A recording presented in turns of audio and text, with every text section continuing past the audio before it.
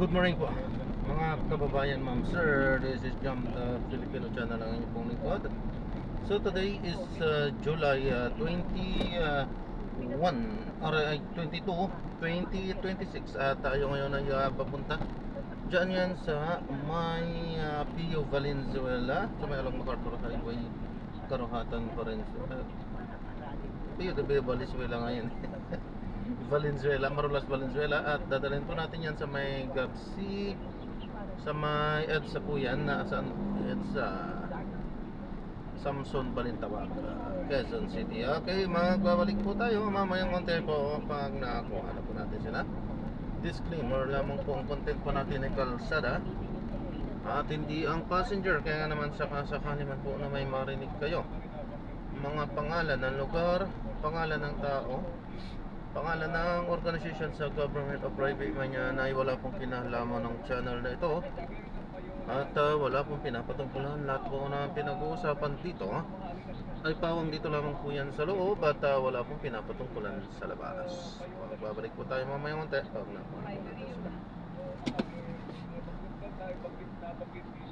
kasi napapaalala sa atin yung issue ng blood control, yung corruption dito po sa ating gobyerno po ngayon. Totoo yun.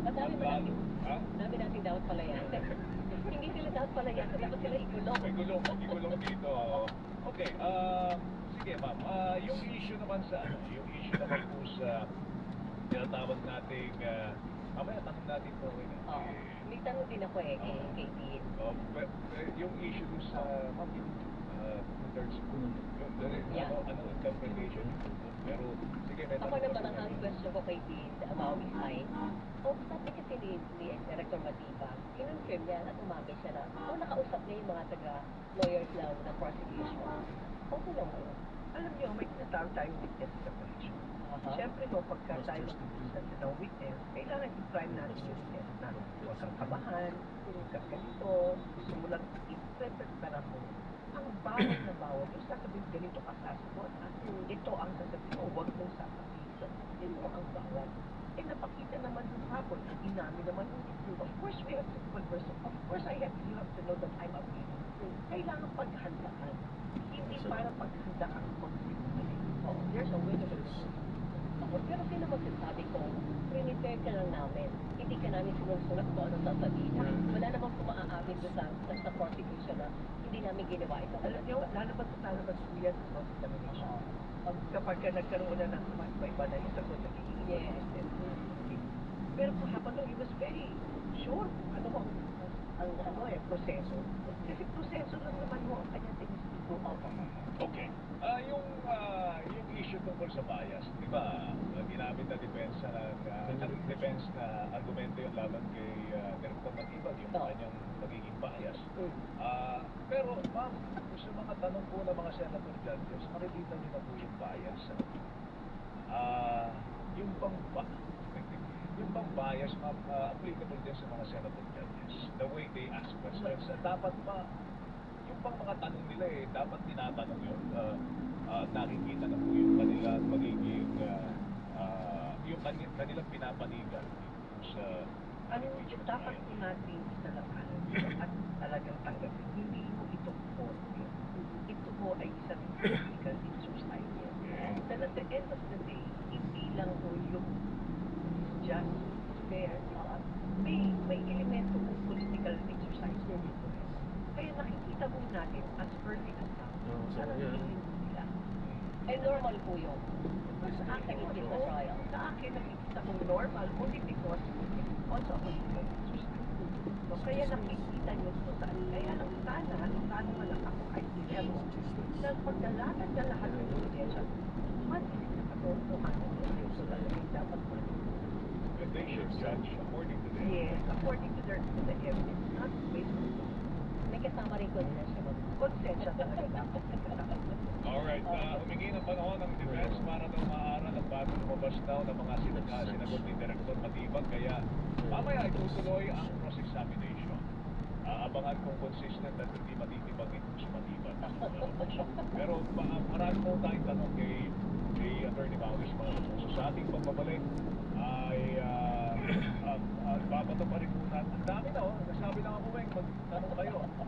Cisco, Kapuso Ang dami tayo ng nagtanong, text messaging oo. system. Sige, sa ating pagpabalik si Attorney Maui Sulit, mga kapuso. Ang oras po natin, alas 8:39. Radyo na, labanan ng fake Dapat news. ito.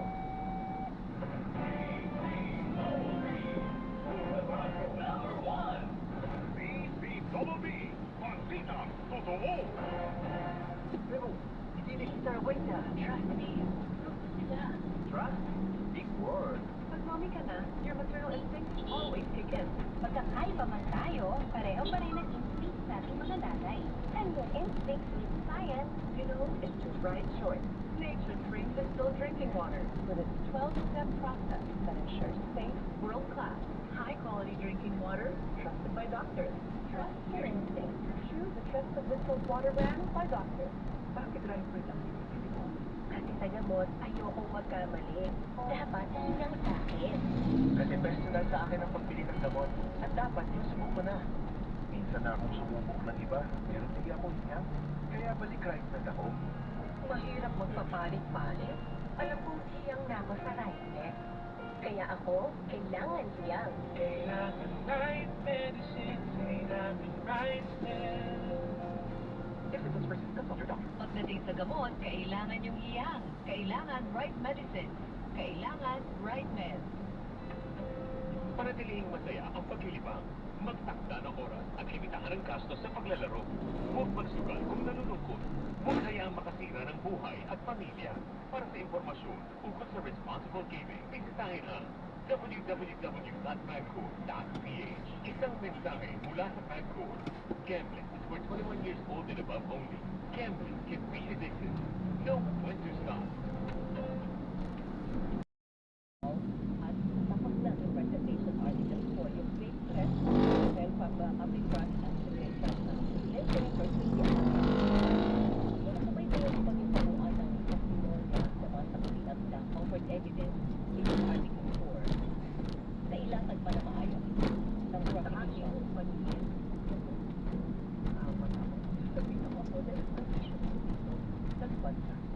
Nagbansa ba? Kahit the answer is yes. Pag pumunta naman, hindi naman yung sinabi na kailangan dyan, dito ang kanyang tingin para sa kanya. Nagbigay mo siya ng pagpunta at yan mo, para naman sa kaya nasa defense ngayon no, para patunayan, hindi yan basta conditional na nito. Kaya na sinasabi Yes. conditional. But to my mind, there's a threat. At seryoso na patuloy. Pero sapat po ba yun para i-impeach ang isang hindi sumunod sa sangkaya ng ibig presidente? Falls under threat of public. Okay. May nag-text dito. Ibigan niyo raw kasi si Prosecutor Jen no? Kaya kayo bias sa kanya mga posisyon. Would you care to comment on this? He's a very good friend of mine. And I'm not biased because he's my friend. Because I listen to him and I agree with his legal position. Kasi ano naman po yan eh.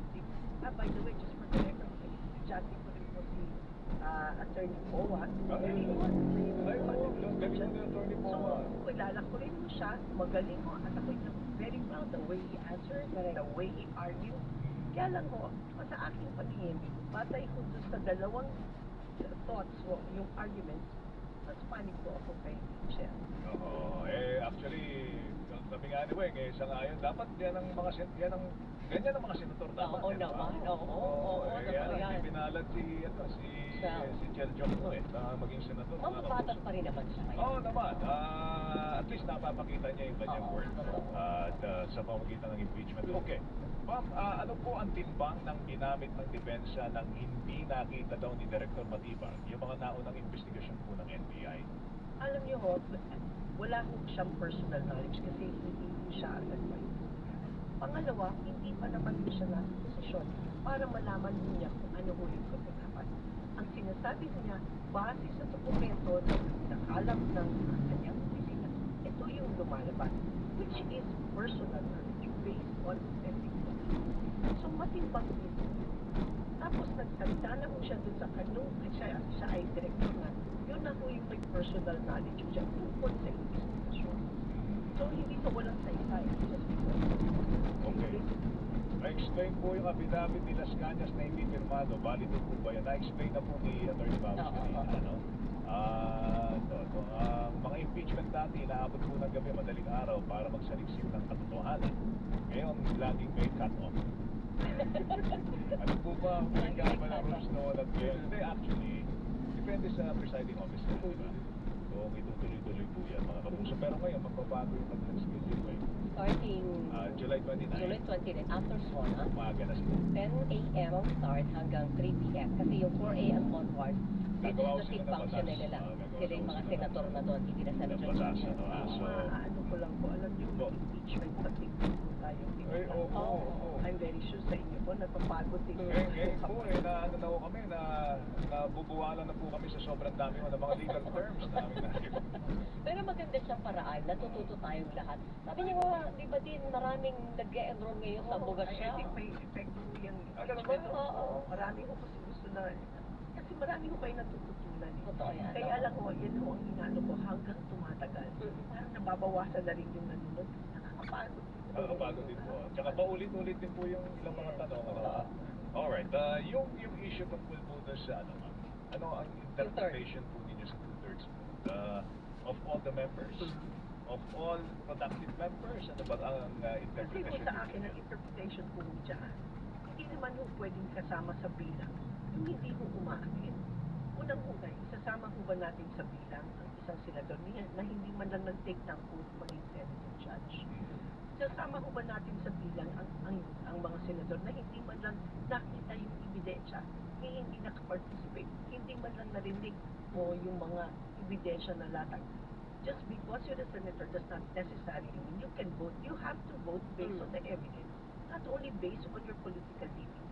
Kaya sa aking pananaw, kung kayo hindi umattend, hindi ho yan based on 24. So kung sino lang ang present, ma'am?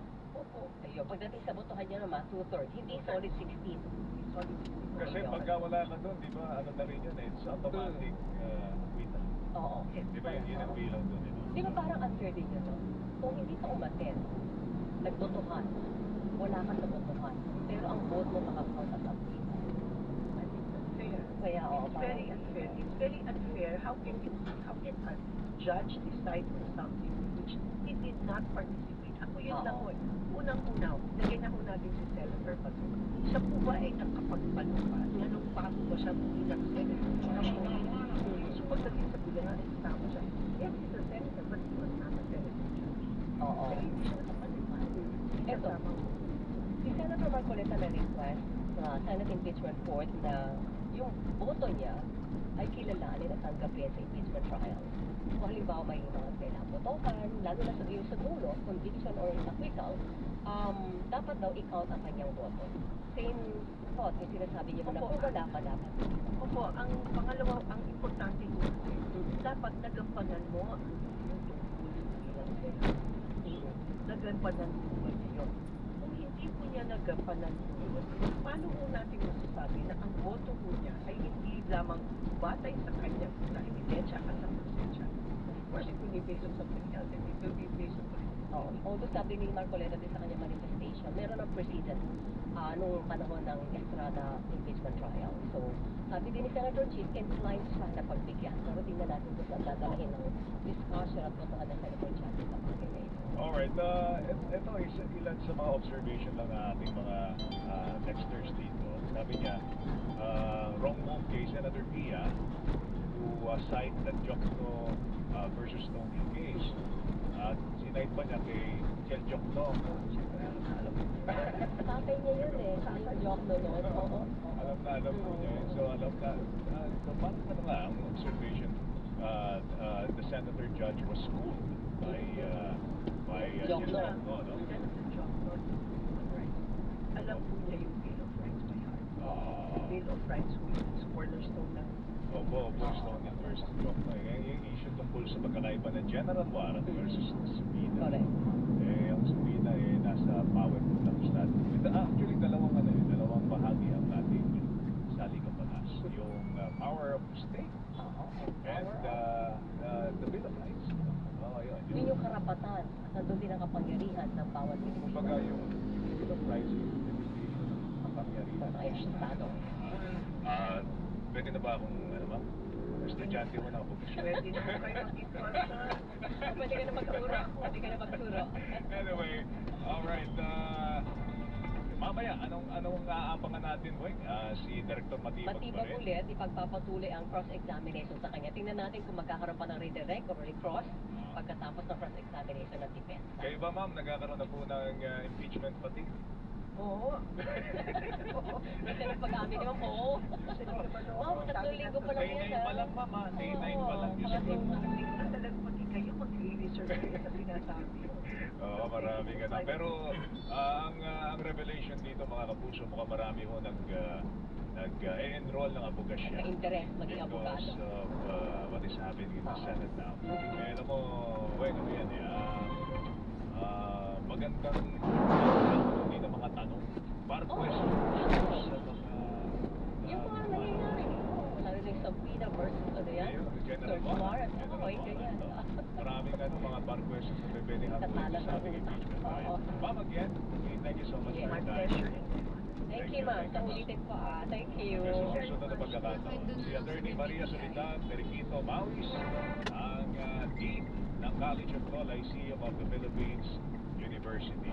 Alright. Meron ng pahabol na pagbati, Sige, Jo. baka, oo. Birthday lang ni Maria Salvacion Roderos Domago. Binabati ka ni Sherilyn Domago Opo, and ingat po. family. God bless po. At nanonood na nakapulutong sa ating Christmas special. Kina Tita Beth, Tito Pat, and Team Lemon mula sa Baliwag, Bulacan. Ay, naku. Maraming salamat po sa pagsubaybay sa ating Kaya sa Christmas drop na special. natin. Wala kayong Maraming salamat po sa mga Speaking of our God bless po. impeachment